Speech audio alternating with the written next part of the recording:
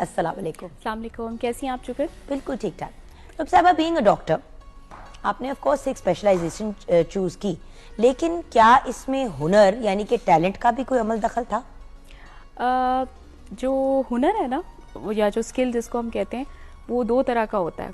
एक इनबॉर्न होता है कि कुछ चीज़ें जो हैं या कुछ क्रिएटिविटी जो है वो नेचुरली इनबॉर्न होती है आपके अंदर। कुछ लोगों का हैंड वर्क बहुत अच्छा होता है, किसी का कुछ होगा, किसी का कुछ होगा। जैसे कुछ लोगों के हाथ में टेस्ट बहुत होता है, मतलब खाना तो सभी बनाते हैं लेकिन टेस्ट किसी किसी के हाथ में होता है। बन जाते हैं लेकिन बन जाएंगे। मजे का खाना हर कोई नहीं बना सकता। बिल्कुल, वो टैलेंट जो है वो आपके अंदर इनबॉर्न होता है। फिर एक होता है स्किल। स्किल वो होता है जिसको आप अडॉप्ट करते हैं, जिसको आप सीखते हैं, यू लर्न अबाउट इट, ठीक है। और जो एजुकेशन होती है वो इन सब चीज़ों को पॉलिश करने के लिए है। तो ये तो बहुत छोटी और आसान सी बात है कि आपने किसी भी चीज़ को पॉलिश करना है, जैसे आपने पर्सनालिटी को पॉलिश करना है, आपने कैरेक्टर को करना है, आपने स्किल को करना है, आपने टैलेंट को करना है, यू रिक्वायर एजुकेशन। उसकी यही ब्यूटी है। तो ये तो बहुत आसान कैटेगराइज करके हमने आसानी से बता दिया कि इसकी ये अहमियत है। आपकी पर्सनल लाइफ में आप क्या कहेंगी कि कितना को एज अ करियर वुमन इस चीज़ ने हेल्प आउट किया? क्या आपका हमेशा से एक टैलेंट था ब्यूटी के से रिलेटेड और खूबसूरत लोगों को बनाने का? आई थिंक मैं डायरेक्टली तो ये नहीं कहती हूँ कि, या कह सकती हूँ या समझती हूँ कि मतलब इस तरह से ब्यूटी रिलेटेड कहूँ, लेकिन एक होता है ना क्रिएटिविटी, नहीं इस तरह का कुछ नहीं था, बट एक क्रिएटिविटी होती है ना आपके अंदर, कि एक सेंस होती है आपकी, या आप अच्छे तरीके से जज कर सकते हो and you are good observant कि अच्छा ये इस तरह से नजर आ रहा है, अगर इसको इस तरह से कर देंगे तो ये ज्यादा अच्छा लगेगा, चीज सेम है। ये चीज तो थी, ये तो आई कुड अंडरस्टैंड कि हाँ अब मैं फिगर आउट करती हूँ कि ये चीज थी। जैसे आप बीइंग एस्थेटिक डर्मेटोलॉजिस्ट या बीइंग एस्थेटिशियन, अगर हम मेरे पास एक फेस आएगा या किसी के पास भी जाएगा जब फेस, अब देखिए पेशेंट आपको कह रहा है कि मुझे मेरी नोज पसंद नहीं है, इसको ठीक करके दे। अच्छा, वो आपको कहेगा ये देखिए ये यहाँ से मुझे टाइटनिंग चाहिए, ये इस तरह से टाइट कर दे। देखिए ये उसका वे है टू एक्सप्रेस, ठीक है। अब आपको ये पता होना चाहिए, या ये पता करना हमारा काम है, या जज करना कि हमने उसके फेस कट को या ओवरऑल उसके फेस को देखते हुए किस चीज से प्ले करते हुए सेम फीचर्स रहें और हम करेक्शन दे दें और एनहांसमेंट कर दें। ये एक डिफरेंट चीज होती है। इसी बात को आगे ले जाते हुए एंटी एजिंग की तरफ आते हैं। हर इंसान की, अब anti ageing I think term पता नहीं क्यों इतना यूज करते हैं, क्योंकि एजिंग तो होनी ही है, लेकिन आप उसको थोड़ा डिले जरूर कर सकते हैं, राइट? हर इंसान का ख्वाब होता है कि वो खूबसूरत लगे, यंग लगे, बट ऑब्वियसली एक 50 ईयर ओल्ड खातून 15 साल की नहीं लग सकती, लेकिन शायद वो 30-35 के लगभग लग सके। 35 की है तो 35 की तो लगे, 35 की होते हुए जो है वो 45 की तो ना लगे। ये एक बहुत बड़ी बात है। वो इसलिए देखें, अभी हम कह रहे थे कि एजिंग तो होनी ही है, इट्स वेरी नेचुरल, और वो तो एक नॉर्मल प्रोसीजर है या प्रोसेस है, और उसने तो इसी तरह से प्रोग्रेस करना है। एजिंग तो होती है, बट आपने देखा होगा कि आपके घर में आप एक छोटी सी चीज़ खरीदते हैं।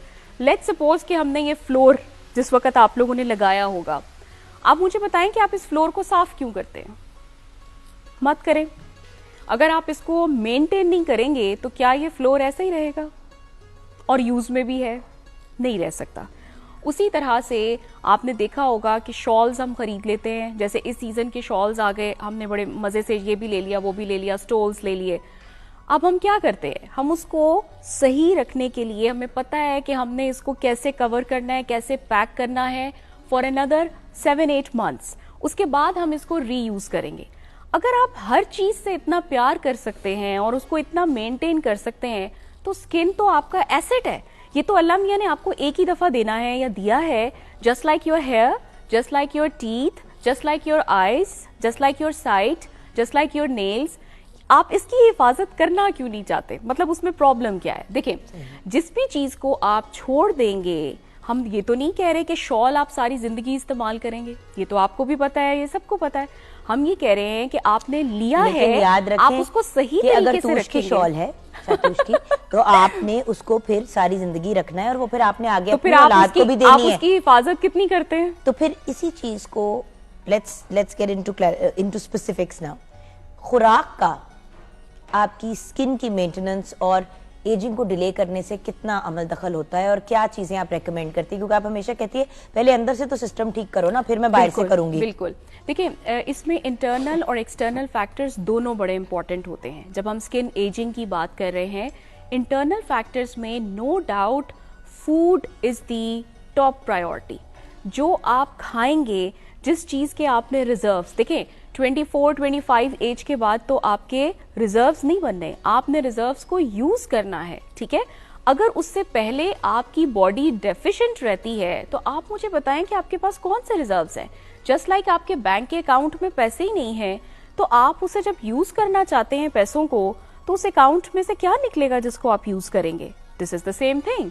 आपने अपने पास, अपनी बॉडी में अपने लिए क्या रिजर्व्स जो हैं वो जमा किए, क्या इकट्ठा करके रखा कि आप इसको टाइम पर टाइम पे यूटिलाइज करेंगे? वो क्या रिजर्व्स हैं? इसमें सबसे इंपॉर्टेंट चीजें जो कि बहुत ज्यादा जरूरी हैं, उसमें आपने देखा होगा कि हम हीमोग्लोबिन या आयरन को बहुत इंपॉर्टेंस देते हैं। देखें, that is the life, oxygenation is the life. ऊपर से ऑक्सीजन दे दें, वो जगह ठीक हो जाएगी, वो चीज ठीक हो जाएगी। उसी तरह से अगर अंदर आपकी बॉडी में जो है उसका प्रोपोर्शन या उसका परसेंटेज ठीक है, यू आर हेल्दी। उसी तरह से जो बहुत बड़े बड़े चंक्स में या बहुत ज़्यादा इम्पॉर्टेंट वाइटामिन्स होते हैं, या जिनको हम हार्मोन्स भी बोलते हैं, जैसे विटामिन डी जो है वो आपकी लाइफ का एक बहुत बड़ा पार्ट है। वो आपका हार्मोन भी है, वो आपका एसेंशियल विटामिन भी है, वो आपको जितनी भी डिजीजेज हैं उनसे दूर रख सकता है, बिकॉज वो इम्यूनिटी को बूस्ट करता है। और ये बहुत ही ज़रूरी है कि आपकी ये चीज़ पूरी होनी चाहिए।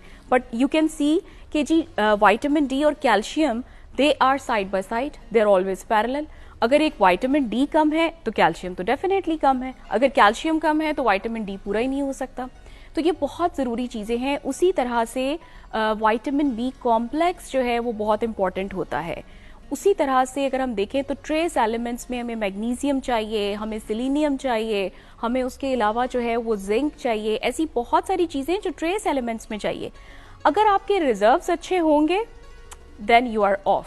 इसका मतलब ये है कि आपने अपने रिजर्व्स इतने अच्छे रखे थे कि जब आपकी चीजें बनना बंद हो गई तो आप उन रिजर्व्स को यूटिलाइज कर सकेंगे। ये तो आपकी फाउंडेशन हो गई, बेस ये हो गई, इंटरनल फैक्टर्स हो गए। ये इंटरनल फैक्टर्स हो गए। अब हम ब्रेक के बाद जब वापस आएंगे तो वो बाहर के क्या असरात हैं जो हमारी स्किन को एजिंग की तरफ ज़्यादा स्पीड से लेके जाती हैं। मैंने तो कहा कि अगर 50 साल की खातून 35 लगना चाहती है, उन्होंने कहा कि 35 साल की खातून जब 50 की लगती है तो बहुत ही दुख होता है। और वो इसलिए होता है क्योंकि हम इंटरनल फैक्टर्स, अपनी खुराक को, अपने उठने बैठने को, वर्जिश वगैरह बहुत सी चीज़ें इंटरनली अपने आप को नहीं करते। अब ब्रेक के बाद हम डिस्कस करेंगे कि कौन सी चीज़ें एक्सटर्नली हमारे चेहरे पे और हमारी स्किन को एजिंग की तरफ लेके जाती हैं, और फिर उसका हल क्या है।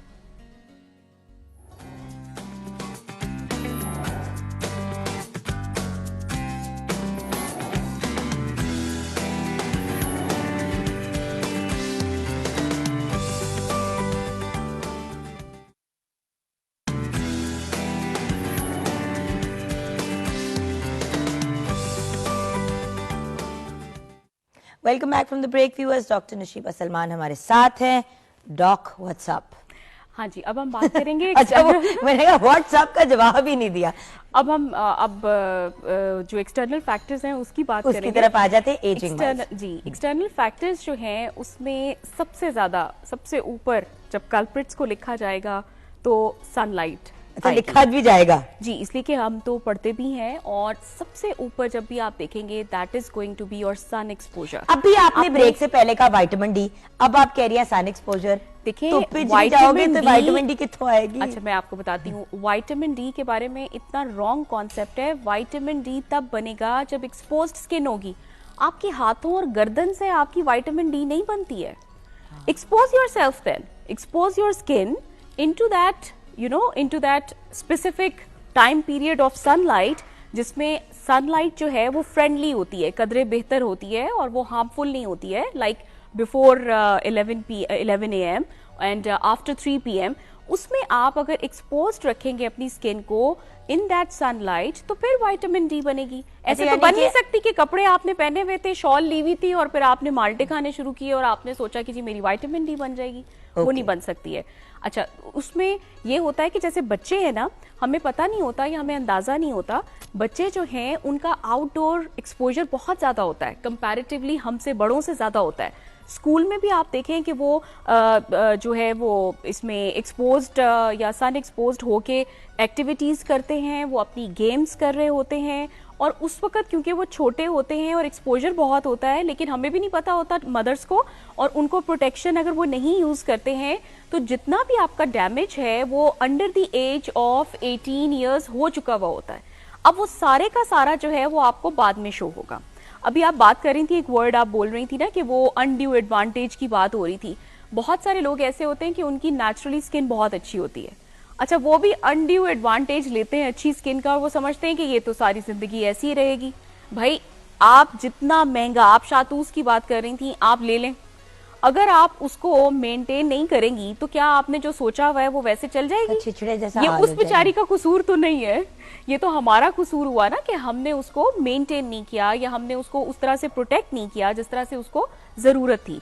और जो आपके एक्सटर्नल फैक्टर्स हैं उसमें फिर जो चीजें आप स्किन पे अप्लाई करते हैं, जो आपकी डेली रूटीन होती है कि आप उसे कितना वॉश करते हैं या किस तरह से उसकी हाइजीन मेंटेन करते हैं, और क्या ऐसी एप्लीकेशंस हैं including your cosmetics and including rest of the applications, जैसे नाइट क्रीम्स हो गई या मॉइस्चराइजर हो गए। क्या क्या चीजें डेली रूटीन में करनी चाहिए?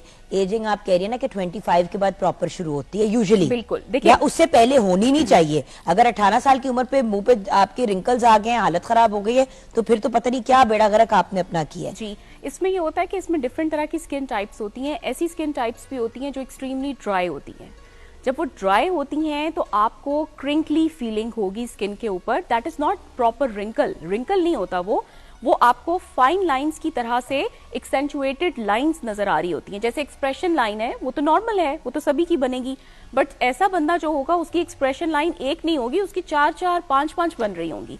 जैसे एक प्रॉपर बन रही है और उसके साथ बहुत सारी फाइन लाइंस जो हैं वो आपको नजर आएंगी, वो एक डिफरेंट चीज होती है।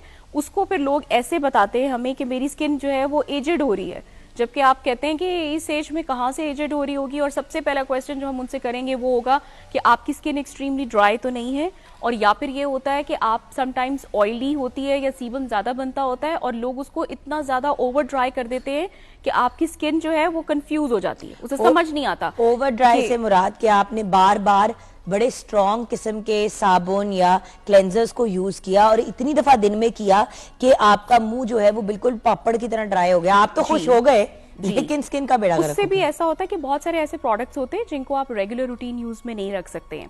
अब मैं ये बताना चाहूंगी कि साइंस क्या होते हैं जिसको देख के आपको पता चलेगा कि आपकी स्किन जो है वो एजेड हो रही है या now you have got aged skin. जो साइंस होते हैं उसमें अनइवन टोन, लेस इलास्टिसिटी, जैसे आप स्किन को ऐसे करके पकड़े और ये वापस अपनी जगह पे नहीं जाती, बहुत स्लो जाएगी। Dryness of the skin, open pores, उसके अलावा फाइन लाइंस एंड देन सैग। फिर हम सैग पे आएंगे कि आपको वो लटकी हुई या उतनी टाइट फील नहीं होती जितनी पहले थी। ये सारा कुछ जो है उसमें जो अगर हम देखें इनसाइड द स्किन होता क्या है, that is less collagen elastin construction, के बनती कम है, वो बिल्डअप नहीं होती उस तरह से जैसे पहले नॉर्मल एज में हो रही होती है। आप कोलेजन इलास्टिन को ऐसे ही समझें जैसे सीमेंट होता है। जैसे आपने ईंटें जोड़ी हुई हैं तो आपने सीमेंट के थ्रू उसको जोड़ा हुआ है, या आपने ब्लॉक्स जोड़े हैं तो आप सीमेंट के थ्रू जोड़े हैं ना। वो सीमेंट जो है अगर उसमें क्रैक्स आना शुरू हो जाएंगे या अब उसकी होल्डिंग कैपेसिटी पहले जैसी नहीं रही है। स्किन ड्राई क्यों हमें लगती है विद एज? बिकॉज कि जो हमारी स्किन है उसकी water holding capacity automatically with time and age कम होती जाएगी। और आपने सुना होगा कि अगर पहले टीन एज में या वैसे दरमियान में भी अगर आपकी स्किन जो है मेच्योर टाइम एज में भी आपकी स्किन नॉर्मल रहती थी तो लोग कहते हैं कि अब मेरी स्किन ड्राई रहना शुरू हो गई है, अब मेरी स्किन बहुत ज्यादा ड्राई रह रही है और मुझे समझ नहीं आ रही है, पहले तो ऐसी नहीं थी, अभी एकदम से इसको क्या हो गया। फीमेल्स की स्किन और मेल्स की स्किन जो है वो बहुत डिफरेंट तरीके से बिहेव करती है।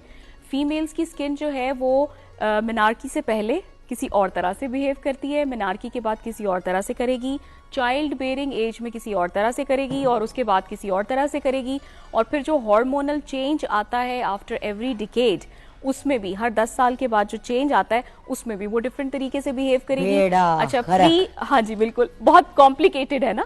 अच्छा कॉम्प्लिकेटेड नहीं है, मसला ही कि दुख हर 10 साल के बाद आता है। नहीं, दुखी होने की बिल्कुल जरूरत नहीं है।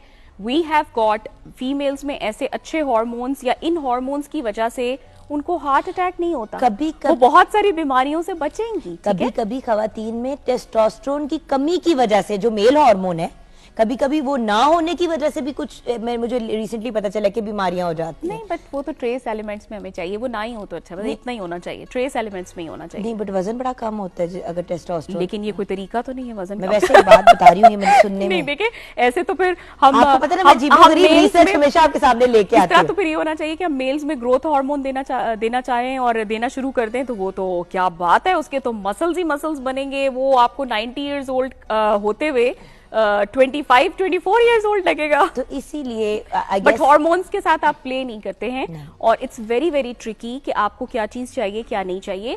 प्री मेनोपॉज, जब आपके पीरियड्स जो हैं वो उतने रेगुलर नहीं रहते औरतों के विद टाइम एंड एज, और वो जो है वो स्किपिंग में आते हैं, जैसे उनका कोई ड्यूरेशन नहीं रहता, बहुत देर से होना शुरू हो जाएंगे, रेगुलरिटी नहीं रहेगी, और फिर वो बंद हो जाएंगे। बंद होने के बाद फॉर समहाउ आपको लगेगा कि मैं एकदम से जल्दी जल्दी बूढ़ी होना शुरू हो गई हूँ। अल्लाह मियाँ ने जो एक natural shield through these hormones औरतों को दी हुई होती है, वो खत्म होना शुरू हो जाती है। जब आप पेरीमेनोपॉजल होते हैं, वो स्टेज जो उससे बिल्कुल पहले का होता है, उसके इंडिकेटर्स आने शुरू हो जाते हैं, तभी आप अपने डॉक्टर यानी कि गायनेकोलॉजिस्ट से तो रुजू करें, लेकिन उसके साथ साथ एक डर्मेटोलॉजिस्ट, एस्थेटिक डर्मेटोलॉजिस्ट के पास जरूर जाएं और उनसे प्रॉपर सर्टिफाइड शख्स, एवं कोई पार्लर वाली आंटी के पास नहीं आपने जाना, उनके पास जाएं, उनसे डिस्कस करें और बताएं कि जी मेरे डॉक्टर ने मुझे ये कहा है, ये मेरे टेस्ट हैं। हो सकता है कि वो डॉक्टर के कोलैबोरेशन के साथ मिलके, बिकॉज आहिस्ता आहिस्ता तो विद एज ऐसी डिजीजेस भी हो जाती हैं, जैसे ब्लड प्रेशर का प्रॉब्लम है और उसके साथ जो है वो डायबिटीज, मतलब ज्यादातर लोगों के अंदर ये चीजें आ रही होती हैं, तो फिर आपको देखना पड़ता है कि आप इनको क्या दे सकते हैं और क्या नहीं। अब हम आ जाते हैं कि हमने आपको साइंस भी बता दिए, अब हमने करना क्या है। सबसे पहले तो मदर्स को पता होना चाहिए कि बच्चों का एक्सपोजर उनसे या बड़ों से कहीं ज्यादा है। At the age of 7 and above उन्होंने उनको आदत डालनी है कि वो सन प्रोटेक्शन रखें और उसके साथ वो सारी की सारी अपनी एक्टिविटीज करें। जब बच्चा 10 इयर्स या उससे अबव होता है तो फिर उसकी स्पेसिफिक चीजें होनी चाहिए, जिसमें स्पेसिफिक शैम्पू होना चाहिए, और जो आपका फेस वॉश है या मॉइस्चराइजर है या सन ब्लॉक है वो according to the skin type होना चाहिए, उस वक्त तक वो बन चुकी हुई होती है। इधर मैं छोटी सी बात पॉइंट आउट करूंगी, आई नो बिल्कुल टाइम खत्म हो गया, बट ये कहना जरूरी है, शैम्पू तक आपकी स्किन पे असर करता है, ये इन्होंने एक बात डेफिनेटली बड़ी दफा हमें डाई लगा रहे होते हैं वो भी आपकी स्किन को इफेक्ट करता है। फिर हम आ जाते हैं कि आपने क्या करना होता है कि 25 इयर्स ऑफ एज से पहले आपने रिजर्व्स बनाने हैं। इसका ये मतलब हुआ कि उससे पहले आप जो चीजें या प्रोडक्ट्स यूज करवाते हैं वो फर्क होती हैं। अब 25 के हो गए, अब करना क्या है? सबसे अच्छा तरीका तो ये है कि आप एक दफा जो है वो एक्सपर्ट के पास चले जाए और उससे पूछ लें कि देखें जी मैं अब 25-26 इयर्स ओल्ड हूँ और मेरे 1-2 बच्चे भी हैं, आप मुझे बता दें कि मैं एजिंग से बच कैसे सकती हूँ, how could I delay it and how should I maintain my skin. उसमें फिर ये होता है कि जो इनिशियल चीजें होती हैं उसमें सबसे पहले ग्लाइकोलिक एसिड आता है। ग्लाइकोलिक एसिड जो है वो बहुत ही मजे की चीज है जिसको आप सालों तक इस्तेमाल कर सकते हैं और वो आपकी स्किन को 2 फायदे देता है। एक तो आपकी पिगमेंटेशन या अनइवन टोन नहीं होगी और सेकेंडली आपकी स्किन जो है वो बिल्कुल मतलब क्या कहना चाहिए स्मूथ रहेगी और वो एंटी एजिंग के तौर पे भी काम करता है। फिर हम आ जाते हैं retinols and pro retinols with ceramides. अच्छा, अब ये एक ऐसी चीज है जिसको आप बहुत लंबे अरसे के लिए यूज करवा सकते हैं। तो ऐसी बहुत सारी चीजें हैं जिनको अगर आप अच्छे टाइम पे या एक्चुअल टाइम जिस पे रिक्वायर्ड है उस पे स्टार्ट कर लेंगे तो you can delay the ageing. जब हो जाती है तो फिर तरीका फर्क होगा, फिर आपको प्रोसीजर्स भी रिक्वायर्ड होंगे, क्लिनिकल प्रोसीजर्स जो हम ही करेंगे आपके लिए क्लिनिक्स पे, और उसके अलावा आपके प्रोडक्ट्स भी चेंज हो जाएंगे। और अगर हमने एक दफा करेक्शन भी कर दी है तो you still require the maintenance through the applications, क्योंकि वही 24/7 आपको रखेंगे सही करके। और इसीलिए हम कहते हैं prevention is better than the cure. Even though ये याद रखिएगा कि डॉक्टर साहिबा ज्यादा गेन करेंगी अगर आप प्रोसीजर्स कराएंगे, बोटॉक्स, फिलर्स, लिफ्ट्स वगैरह, इन चीजों के ज्यादा फाइनेंशियल बेनिफिट्स होते हैं। लेकिन जो रिस्पॉन्सिबल डॉक्टर्स होते हैं, जैसे कि डॉक्टर साहिबा जो हमेशा कहते हैं कि भाई हम प्रिवेंशन की बात करेंगे और मेंटेनेंस की बात करेंगे, अगर हम ये चीजें कर लें तो हम इन प्रोसीजर्स को डिले कर सकते हैं, क्योंकि Definitely. और यही सबसे एक इम्पॉर्टेंट फैक्टर होता है। Thank you so much doc, I will see you soon.